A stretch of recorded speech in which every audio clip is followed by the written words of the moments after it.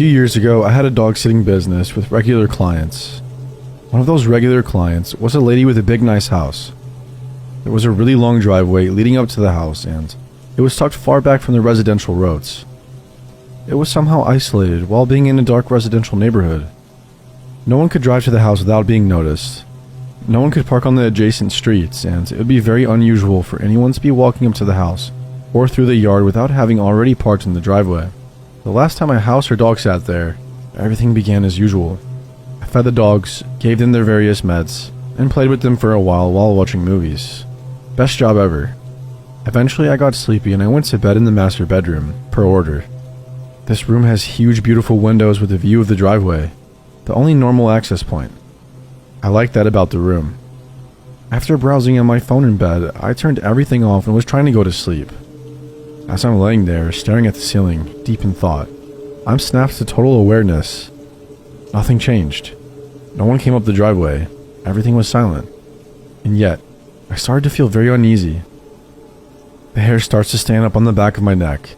A voice in my head is urgently stating, "You're being watched. You're being watched. Someone is watching you." My heart rate starts to pick up. I've never experienced anything like this, and I couldn't explain it in the least. I called my boyfriend immediately, grabbed my stuff, and ran to my car, locked the doors, and sped out of the driveway. I glanced around the house while I was leaving, and I saw nothing and no one. When I got home, I checked every door to make sure it was locked, and I slept on the couch with a view of both entry points. The paranoia slowly disappeared, and I was eventually able to sleep. The next day, I returned in the morning and took care of the dogs, gave them love, their meds, took them out to go potty, and to give them breakfast. I started walking through the house toward the back, where the master bedroom is, and again, I started feeling really strange. Not a watched feeling this time, but a high alert sense that things were off. I began to notice that candy wrappers were out that weren't there the night before. Doors were open that I specifically closed to keep the dogs corralled. Things were moved. I left again and called my boyfriend to stay with me. I couldn't be there alone. Someone was absolutely in the house the night prior. I wondered if maybe someone in the family stopped by, but I am always given a heads up with lots of warning before someone comes over. It's not too uncommon for the owner's son to stop by, but he has my number and he always gives me a heads up. I call the owner and tell her what I noticed. She tells me that she'll call around and see if anyone had stopped by. She calls me back in under an hour and assures me that no one did. "It must be that old ghost," she says, and then she giggles. What a relief that she was taking my safety concerns so serious. I tell her I'm having my boyfriend come over just to be cautious, and she doesn't mind. A few hours later, me and my boyfriend get to the house. He checks it downstairs. Absolutely never am I to go upstairs, and everything is fine. We're hanging out for hours, playing with the dogs and watching movies. I left my boyfriend in the living room, and I walk past the front door, and I go to the bathroom around 10 p.m. I'm about to walk out of the bathroom, and the dogs start barking. As I'm walking back, I see my boyfriend is standing in the entryway by the living room. He's focused on the front door and tense like I've never seen him. Again, the hair stands up on the back of my neck. He quickly ducks to the side of the front door window. Before I can finish asking what's going on, he tells me, "Shh, someone's out there." He approaches the door and looks out, but the person was gone. I rush over to him and he explains that he was sitting on the floor in the living room when the dog started barking at the front door. My boyfriend goes over toward the door and sees a black figure peeking into the window and then walk away. When I looked out, no one was there anymore. I'm absolutely terrified at that point, so I text his son to make sure again that it wasn't him. Turns out, a few weeks prior, he asked me to go to a wedding with him, and I gently replied, my boyfriend, who the son knew about, wouldn't think that was appropriate. So when I asked him if he had stopped by the house, he replied, "My girlfriend doesn't think it's appropriate that you are texting me so late." I apologized and told him I had a safety concern and it was important. I told him what my boyfriend saw. He simply responded that he didn't stop by. At that point, we were done for the night. We put the dogs in their kennels, waited a little bit, and ran to my car. The next day, I very quickly took care of the dogs in the morning and left before the owner got back. I've never felt such a deep electric sense of imminent danger like I did that night in bed. That was just too much. When the owner asked me back a few months later, though I desperately needed the money as a broke student, I politely declined.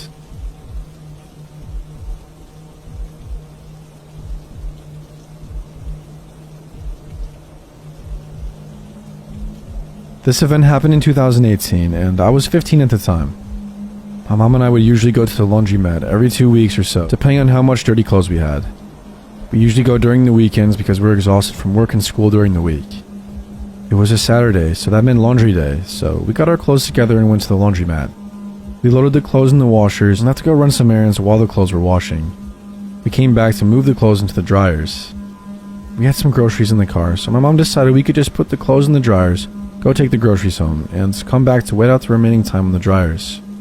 We did all of that and came back to the laundromat. While we were pulling in, I noticed a large brown pickup truck waiting to pull out. I made slight eye contact with the man in the truck, and as we pulled into a parking space, he made a U-turn and parked beside us. He was parked on the driver's side of our car, and I was sitting in the passenger side, while my mom was in the driver's side. Me and my mom sat in the car for a while, looking at our phones and talking to each other. I would occasionally look over and notice the man staring directly into the car. He looked like he was in his mid-30s. I didn't really think anything of it, and would just awkwardly smile back sometimes. A few minutes later, the man got out of his truck and leaned against his passenger side door, which was on the driver's side of our car. I made a joke about it to my mom, saying that he probably wanted to talk to her since she was so pretty. We laughed about it and continued doing whatever on our phones. I couldn't help but feel a little creeped out because he kept staring directly into the car. My mom told me to get out and to go check on the clothes, but I was too creeped out to get out of the car by myself, so I told her I'm not getting out because that man was standing right there. She agreed that I should stay in the car and got out. The man moved a bit when she got out to give her some space. He was parked pretty close to our car. I locked the doors behind her since this was something that she always told me to do, and this time it actually felt necessary to do so. She said hi and he nodded back. She went in and checked on the clothes. The man ran to the passenger side of the door and tapped on the glass. I pretended not to hear it and just looked at stuff on my phone. It started getting annoying, so I looked up and the man was motioning for me to unlock the door. Now, I wasn't dumb and I had common sense not to unlock it, so I shook my head no. When I did that, he started banging on the window and repeatedly tugged on the handle to open the door. I got my phone out and typed in 911 on the call screen and held it up to the window, hoping that he'd get the message, but he didn't.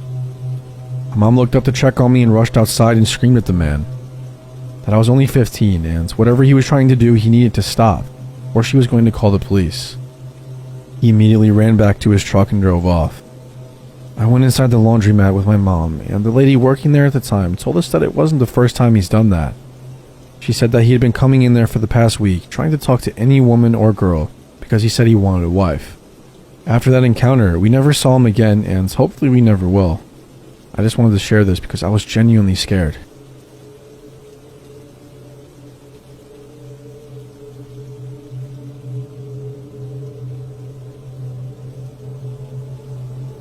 I, 24 female, moved into a new neighborhood about 2 years ago with my partner, 33 male, and our child. After 6 months of living here, in the beginning of the pandemic, we started getting to know our immediate neighbors.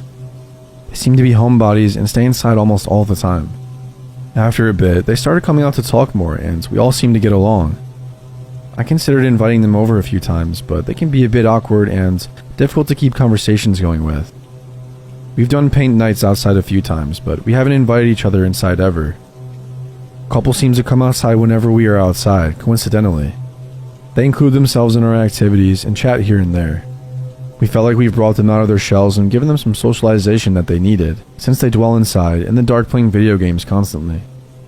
I gave my number to the girl when we had an issue between units, just in case of emergencies. We've sent a few messages about the property management, weather, etc., but only a few. Lately, I haven't seen the woman out as much as before, but the guy is outside every time I am. He started sitting in a lawn chair on his front step daily for hours. Fast forward, a friend of mine comes to spend the night. I introduce the neighbor guy to my friend, to be polite. He meets her dog and says a few random things. Then he's back to sitting on the step for several hours that night. Some days later, he signals me with a psst and asks if everything is okay. I tell him I'm fine and ask what he means. He proceeds to tell me I was sending him mixed signals when my friend was over and he just wanted to make sure I'm alright, which didn't make a single bit of sense, but I said sorry for the confusion. I assured him I was fine and I went about my business. A couple more days pass. I get a text from him saying who it is and he hopes my child and I have a great day. I didn't give him my number, so I found it to be inappropriate and I didn't answer. I started realizing he's been outside in the morning at the time I leave for work daily. He'll be outside within 15 minutes of me getting home, regardless of the time. The guy stays out until 4 a.m. some nights. Crazier part is, he's inside with 20 minutes of me leaving. We'll stay outside for 14 full hours, as long as I'm home. Doesn't go out if my partner is home and I'm not. Doesn't come out if no one's home. Will know if I'm home, even when I switch cars with my partner. I'm uncomfortable, but I don't want to point fingers to make it worse. But this dude won't talk to my partner, hardly acknowledges him at all. Meanwhile, finds ways to talk to me. Tries to help walk my dogs to the car for me. Tries to play games with my child. Knocks on my door, asking if I've lost random items that aren't mine, and has texted me a few more times. I've seen all of this on security cameras. Since we've been paying attention to the odd behavior, I can't tell if it's a super weird coincidence, or if he's purposely watching me or something. Not to mention, he makes hand gestures and speaks to himself with no phone out, no headphones. I'll walk a few doors down and visit the other neighbors, and he gets the mail, which he's never done, in front of the house I'm in. Later, he tries to meet those neighbors. Another time, I mentioned a yard sale I was having up the road. He never takes walks, but that day he decided to, and I get a new game console. He gives me two $60 games. The other neighbor said he's never sat outside like this before, not for the past 5 years. His girlfriend has been questioning him about it. I walked out and overheard her upset, with him replying sarcastically, "That's the kind of guy I am." She also mentioned he had his meds changed months ago when an ambulance came for him. Let's not forget, my boyfriend's car tire was randomly slashed in our neighborhood. Am I paranoid over odd coincidences, or do I need to move?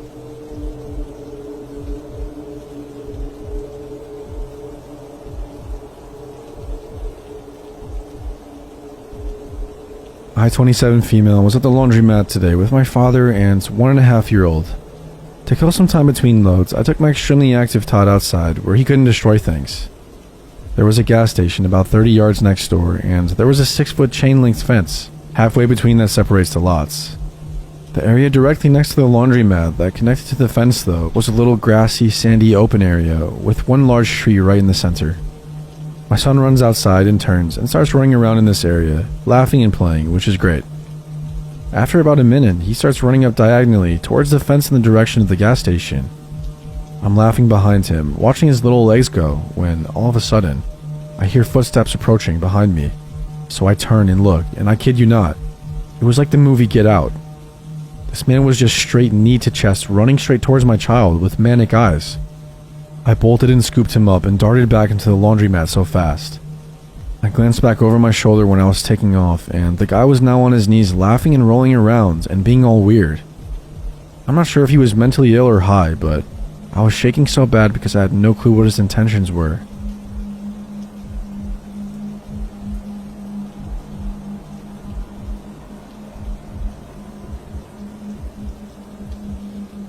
I'm a hunter. I like to hunt wild boar specifically. Though I have been deer hunting and I have been known to get a turkey for Thanksgiving, I mostly hunt boar. For those of you that don't know, boar are a big problem in the United States. A sow can have 2 litters a year, and it's not uncommon for a litter to consist of 10 or more pigs. Given that pigs eat anything and everything, it's not hard to see why the Department of the Fish and Wildlife makes it legal to hunt them with almost no restrictions. In my state, it's illegal to hunt most large mammals with night or thermal vision scopes, with the exception of boar and coyote. I've been saving for a year, mostly fun money. It's hard to explain to your wife that a scope that costs literally twice as much as the rifle I was mounting it on was worth it. But I did it. I took it to a range and sighted it in. There was an area that was peppered with boar activity that I knew would be perfect for a night hunt. It was easily accessible with my truck, with easy to find spots that I could set up and that overlooked a large, easy to navigate clearing. The night started uneventful. Mostly me tinkering with my new toy, cycling through the settings. I was a little impatient. I spotted multiple deer, but they were out of season, and like I mentioned earlier, my current setup wasn't legal for deer. I moved to another spot that I'd seen days earlier that probably wasn't much better than my first, but it gave me something to do and a new angle to look around with my new scope. After an hour or so of glassing the area, it dawned on me. This spot doesn't have much animal activity at all. No rabbit or owls. And the deer that I'd seen were hundreds of yards from where I was. Why was this pocket of land so dead at night but lively in the day? I'd set up around 10 p.m. and it was about 2 a.m. when I started to think about packing up. Maybe setting up a target before I left and taking some practice shots. I heard a crunch come from the direction I came from before. I panned my scope over and saw the silhouette of a small bear pushing through the bushes. It's important to note that my scope isn't exactly night vision. It's a thermal scope, kind of like a black and white version of what you see in the Predator movies. I adjusted my range and zoomed in a little. I remember jolting a little when I saw that it wasn't really a bear, it was a man. Because he was so low and hunched over, I thought I was looking at a young bear. Is that a game warden? It couldn't be. I would have seen the headlights coming out from the road where I was perched. And where could he have walked from? I was 30 miles away from anything and on public lands. I was about to call out when I adjusted my sights and noticed he was naked. No shoes, pants, or anything. I remember being disturbed by his movements, like a squirrel or something. Twitchy and grabbing at the foliage. Sniffing around and palming the tree. Was that my tree? The one I'd been leaning against earlier? The thought terrified me. Could he smell me? Then he did something I still have nightmares about to this day. He squatted and placed both of his hands in the dirt between his feet and stared straight up like a dog mid-howl. And I heard it. A voice coming from that direction. A very compelling female voice. Help, I'm lost. There was a long pause, but neither of us have moved a muscle. The center of my sights was trained at the dirt in the front of his feet. I couldn't bring myself to aim directly at another person. It went against everything I'd been taught about firearms. Were they lost? Was this some guy that had gone crazy out here? Why was his voice so feminine? Help, please, I can't walk, the voice called out. That's when I called bullshit. Not only could he walk when I first saw him, but he was traversing the land with ease for a naked person. This is a fucking trap, I thought. This guy is trying to lure me to him with a damsel in distress routine. Luckily, the lack of activity before had caused me to pack up most of my gear. I think I may have left behind a hat and a sitting pad, but I didn't give a shit in that moment. I took my eyes off him for a moment to get my pack on. I buckled my chest strap and scrambled for my rifle. To my horror, he was in the same position, but his face was staring in my direction, and I swear I saw a smile. The thermal scope has an effect that makes animals' eyes appear white. How the hell had he heard me get up and put my gear on? He must have easily been 150 yards away. Fuck off, I screamed in that direction. He stood upright, and it hit me how tall and skinny he was. Easily 6 feet and very lean. He took a couple of long strides in my direction, and I instinctively sent a round sailing above his head into the tree line. He was freaky as hell, but he hadn't really threatened me. What would I tell the cops? I was unwilling and unready to shoot someone. He stopped dead in his tracks and hunched down on all fours. The next one will fuck you up, I said. Go away.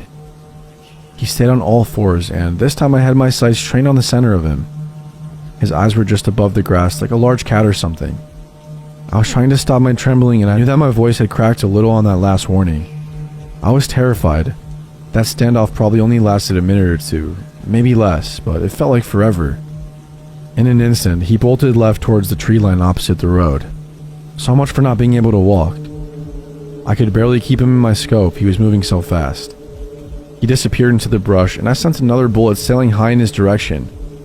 I racked another round and tried to pocket that mag and swap for a fresh one, but I dropped it and I didn't bother looking for it. I wasn't far from my truck and I wanted to get out of there. I could hear him in the distance, yelling in this weird sound that could have been a laugh or a cry. I scrambled up the trail and arrived in my truck breathless. I tossed my gear into the cab but kept the rifle in the passenger seat and sped off. For the longest time I told that story from the perspective of having spotted some deranged crackhead living off the land like some kind of caveman. I reported it to Fish and Game, but all they did was scold me for hunting at night alone, and I never received an update. It wasn't until I told this story at a camping trip that my nephew told me about wendigos, rakes, and skinwalkers.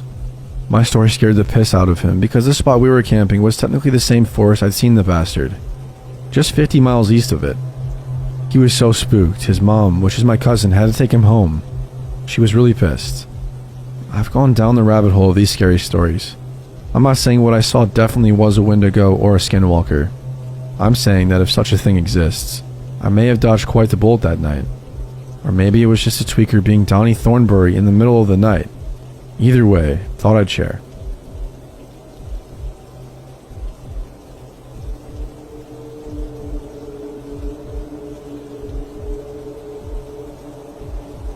try to be as brief as possible and stick to the relevant events that are giving me this feeling. But the latest event happened last night and I didn't get much sleep, so apologies if I ramble or if I'm unclear. My wife and I recently purchased our first home after the birth of our daughter. Everything was as you would expect the first few months. Painting, decorating, renovating, basking in our newfound slice of the American dream. You get the idea. Unusual things started happening several months ago. One day I was getting home after work. I passed by a strange truck 2 or 3 houses down from ours. I say strange for a few reasons. We know literally everyone in our small neighborhood, and I'd never seen this truck or person before. There's no reason for through traffic to come down our street, and the truck was driving very slowly. Like, put it in drive but don't press on the gas slowly. As I pulled in the driveway, the truck flipped a U-turn and came back towards my house. Getting out of my car, the truck crawled by and the driver stared daggers at me as he passed, then sped off. I don't like to judge based on appearances, and I like to think that I don't scare easily, but something about this guy's eyes gave me a bad feeling. Obviously, this was weird. I mentioned what happened to my wife, telling her we should be more mindful about security.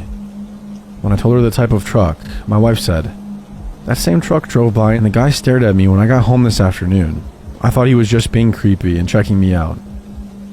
I tried to tease her a bit to lighten the mood, calling her cocky for assuming any guy driving by was checking her out. I didn't want to freak her out, but I was definitely freaked out. We saw the truck a few more times over the next couple of weeks, either driving by slowly or parked down the block and facing our yard. But one day, the truck stopped driving by and we haven't seen it since. I sort of dismissed the whole thing as me being paranoid. But then other things started happening. In the past month or so, my wife and I had been hearing tapping on the windows at the front of our house at night. It's happened 2 or 3 times to each of us separately, always around 10 or 11 p.m. And it's always a soft but distinct tap tap tap tap. It sounds like knocking with a single knuckle on the metal part of a screen door. The first time that my wife and I heard the tapping together was last weekend. We were in the front room playing with our daughter around 9:30, just about to settle her down for bed. Our front room has a large, almost floor-to-ceiling window running the length of the wall next to the front door, which faces the street. We were all sitting on the floor with our backs to the window, reading our daughter a book, when we heard it. Tap, tap, tap, tap. Now our house is older. Creaks and cracks are not uncommon, but this sound was so distinctly intentional that my wife and I immediately looked at each other and bolted up out of the room. I had my wife and daughter lock themselves in the back room and did a sweep around the outside of the house. Of course, I didn't see anything and I was ready to dismiss the whole thing as more paranoia over something that probably had an innocent explanation. Until last night. Around 9:45, we heard our daughter making noise in the baby monitor. I waited a few minutes to see if she would settle down, but when it became clear that she wouldn't, I got up to put her back to sleep.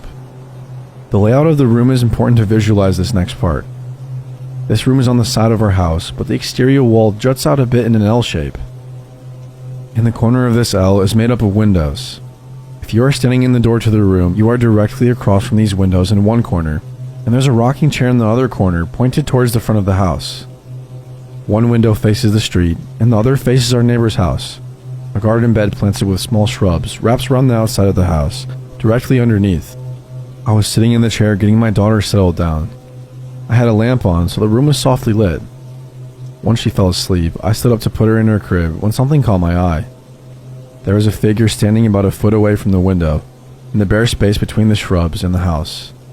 They were staring at us. I didn't look long enough to see anything more than what appeared to be a man in a light gray hoodie, standing a few feet away on the other side of the glass. Sprinting from the room, I brought my daughter back to my wife and I's bedroom, leaving her there while telling my understandably confused wife to lock the door. After turning off all the lights inside the house and turning on all the lights outside, I began moving from room to room, peering out the windows into the darkness. I couldn't see anything out of the ordinary. Whoever it was must have taken off after seeing me notice them and make a quick exit. Obviously, I had some trouble sleeping after this. I spent hours checking security cameras and going from room to room, looking out windows into the night, hoping but also not hoping that I would see anything that could explain what happened. This morning, I went outside to the spot where the figure would have been standing. I thought, or hoped, maybe there was a plant or something that I mistook for a person. When I got to the spot, I realized the figure had to be standing exactly in a bare patch of ground, about 2 feet in diameter, directly in front of that window. Part of me is still hoping that I'm being paranoid. The mind can play tricks on you in the dark. You know, seeing things that aren't there. Especially when you are a sleep-deprived new parent. But with everything that's been happening, I can't shake the feeling that there was actually someone out there last night, watching us. Please let me be wrong.